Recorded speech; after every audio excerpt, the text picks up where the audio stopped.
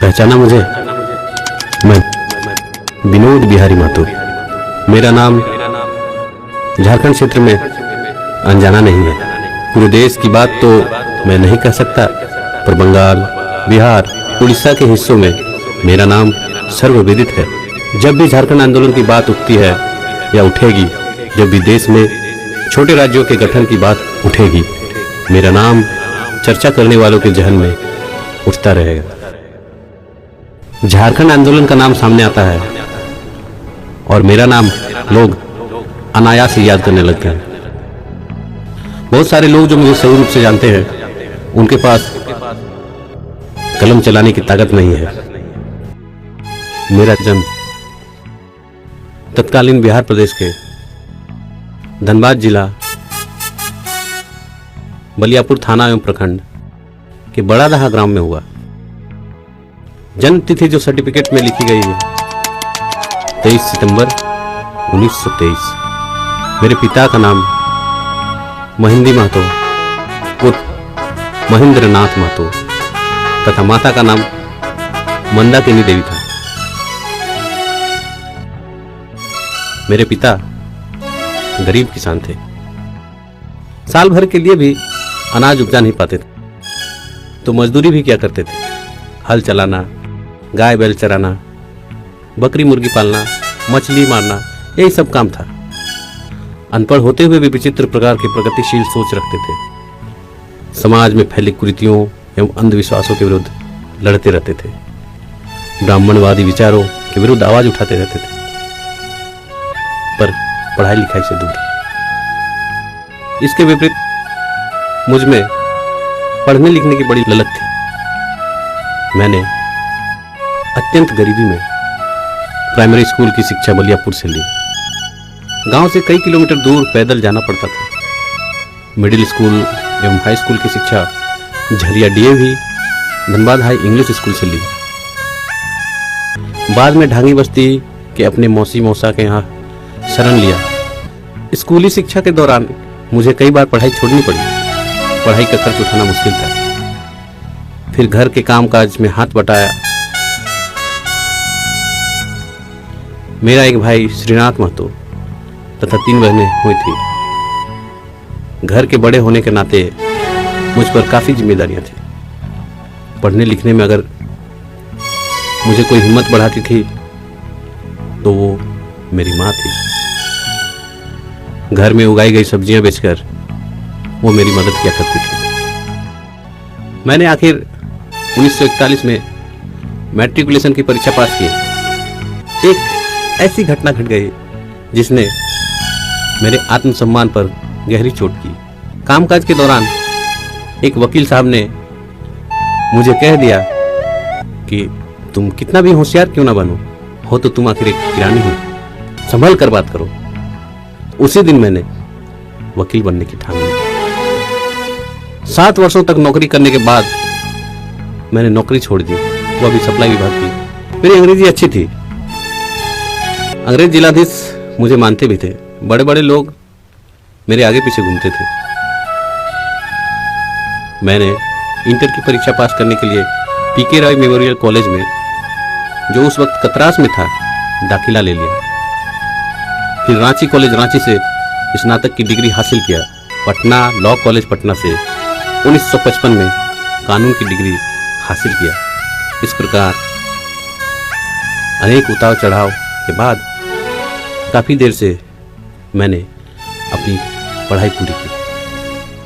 काजी समाज का गठन हमारे समाज में फैले हुए कुरीतियों को देख के हम लोगों ने किया था। बाल विवाह, बहु विवाह, मतलब पत्नी के जीवित रहते हुए भी अनेकों स्त्रियों से शादी करना, शराबखोरी, दहेज, जो कि हमारे समाज का अंग नहीं था, धीरे धीरे हमारे समाज में भी नासूर की तरह घर कर रहा है। इसके साथ साथ मैंने धनबाद, बोकारो और जमशेदपुर के अनेकों विस्थापितों के मुआवजे के लिए निःशुल्क लड़ाई लड़ी। उनका केस मैं निःशुल्क ही देखता था और डिग्री हो जाने के बाद मुआवजे की राशि से अगर वो मुझे कुछ देते थे तो देते थे, नहीं तो मैं उसके लिए भी अपनी तरफ से कुछ प्रस्ताव नहीं रखता था। मुझे कला से, हमारी लोक कला से बड़ा ही प्रेम था, क्योंकि मैं जानता था ये लोक कलाएं, झूमर, नटुआ, पैका और सारी हमारी सांस्कृतिक धरोहर हम सबों को जोड़ने में कारगर थी। मुझे फुटबॉल भी बहुत पसंद था। प्रायः मैं धनबाद कचहरी से पैदल ही गोल्फ ग्राउंड, रेलवे ग्राउंड चला जाया करता था। जब मुझे मालूम होती थी कि आज कोई महत्वपूर्ण फुटबॉल का मैच है और बंगाल की टीमें धनबाद में उतरी हैं, तो मैं चुपचाप किसी को बिना बताए ही पैदल ही बिना अपने समर्थकों के रेलवे ग्राउंड में जाकर बैठकर मैच देखा करता था, उसका लुत्फ उठाया करता था।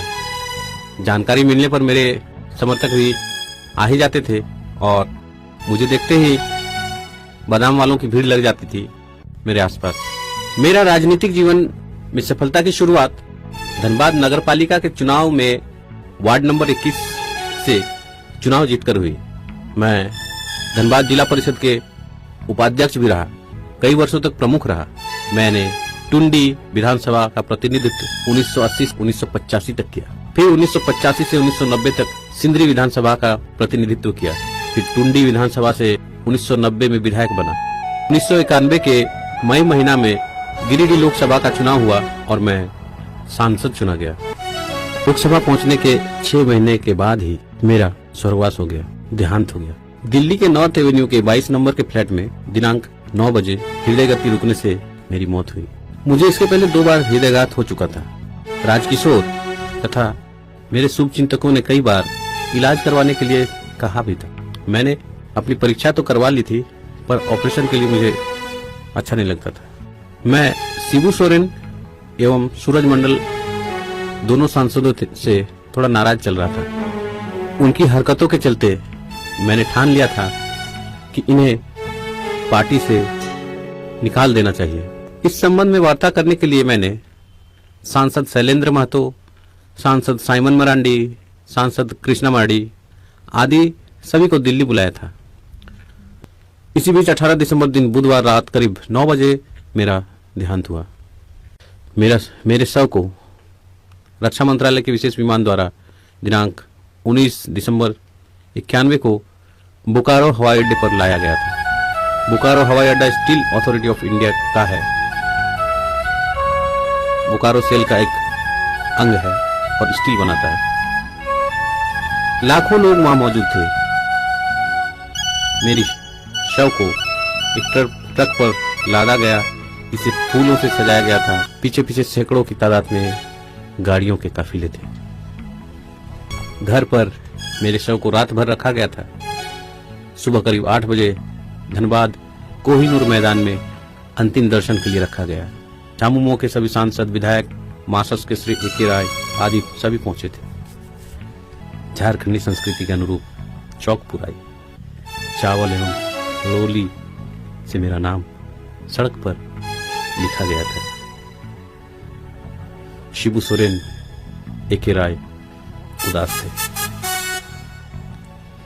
राजकीय सरकार ने मुझे अंतिम सलामी दी।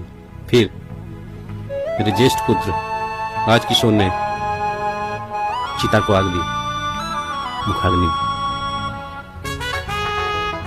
उसके बाद से ही 18 दिसंबर मेरी पुण्यतिथि के दिन से 25 दिसंबर तक